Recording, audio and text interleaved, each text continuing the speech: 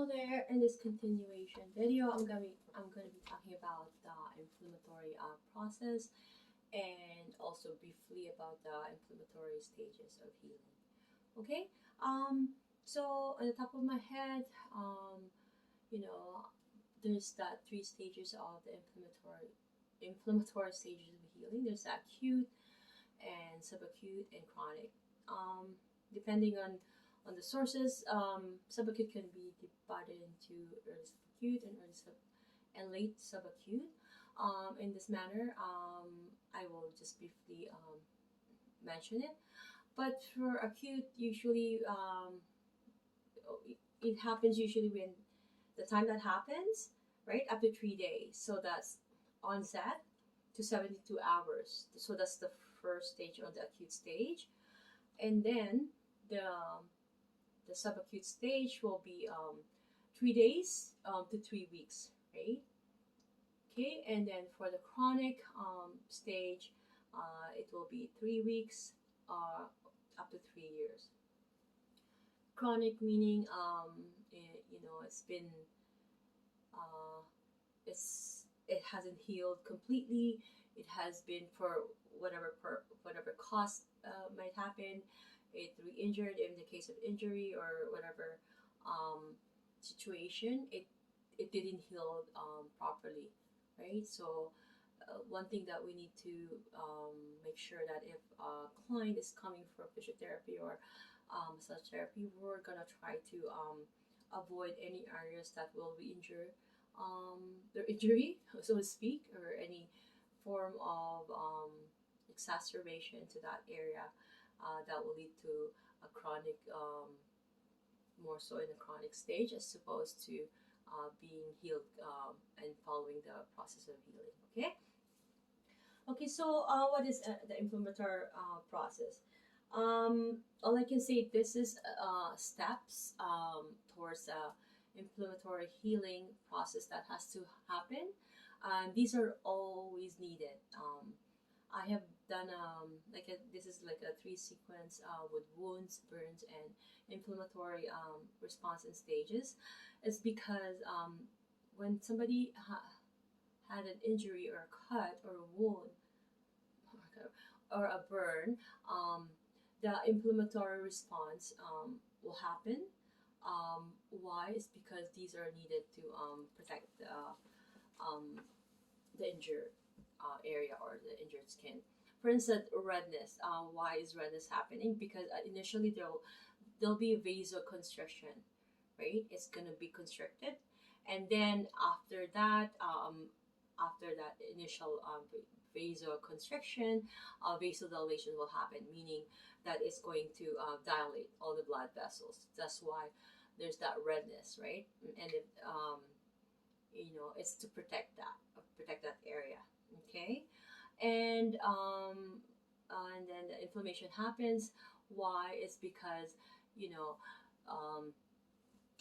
there's that mast cell that will produce a histamine, and histamine will act on it. The in the inflammatory response, that process, right? They'll recruit some T cells to have that, to fix the area. Like I said, it will call some attention of other recruiting, to fix the body, right? To fix that area of injury, right? It's gonna say, hey, there's something wrong with this area here. Let's go, move it, right? So, and then so I mentioned the pain. The pain is necessary. Imagine a life without pain. Okay, we're walking in a jungle.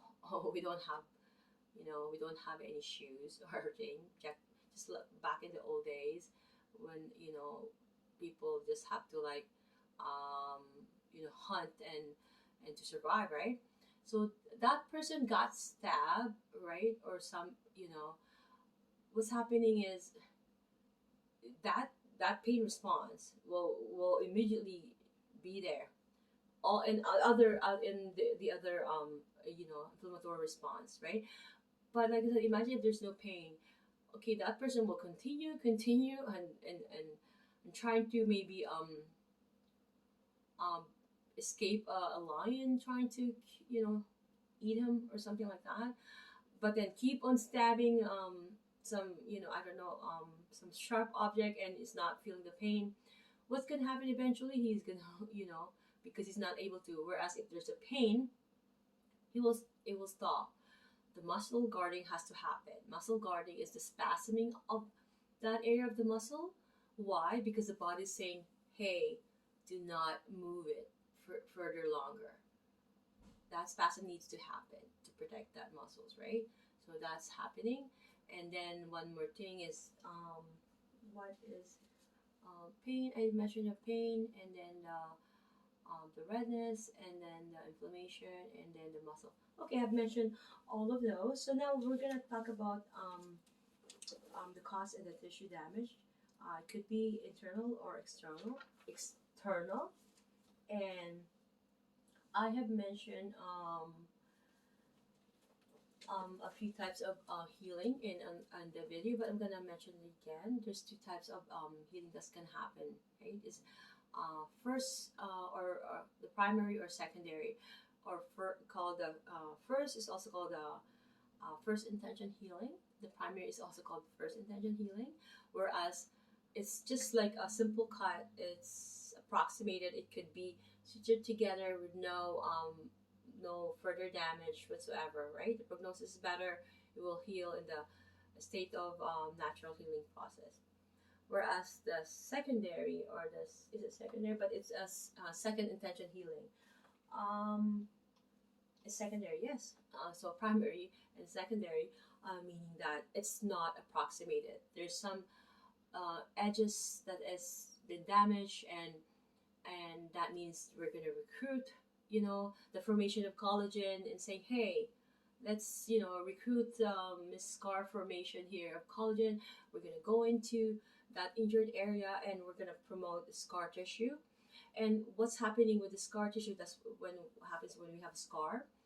It does not go back to the way the original skin is. Why? It's because it goes in a different direction.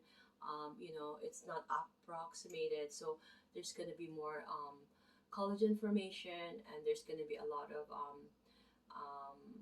you know and I did a video of it.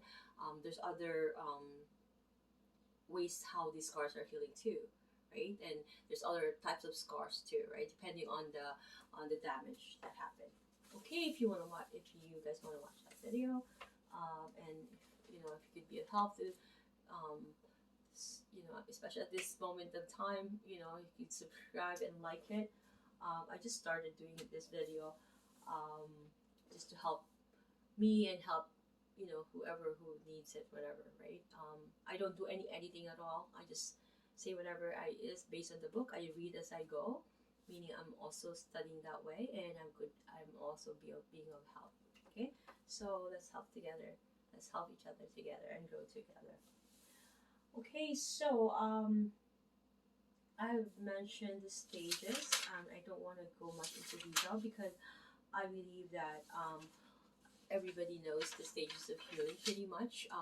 Especially I'm a mother, I would know how to treat that. It's like unless, because even as a therapist, as every person in this world who has like little children, or who's involved with healthcare, or we're at the first line, we need to know all these stages of healing so that we can determine, based on that we can know, okay, what is the next action that we need to do after we determine which one, the stages of healing, where are they at, by just observing, by knowing when it happened and all that. But again, sometimes because of the fact that an injury could be re-injured, and the person could be not following any rules, so sometimes we don't really follow the stage of healing. There's an overlap, so it's just we have to use our observation and palpation on top of the stages of healing to know, because some therapists are just like, oh, but I follow this stage, but no, because some client could be re-injuring that, and some, depending on their their nutrition and the way they have their life going, especially now in COVID, like our immune response is very not so good. We're dealing with a lot of stress, we're dealing with a lot of things, and if we get a cut, perhaps that stage of healing will take up for longer or extended period of time as opposed to that within the time frame.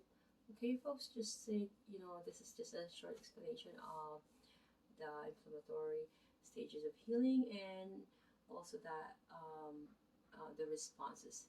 Okay, thank you and God bless.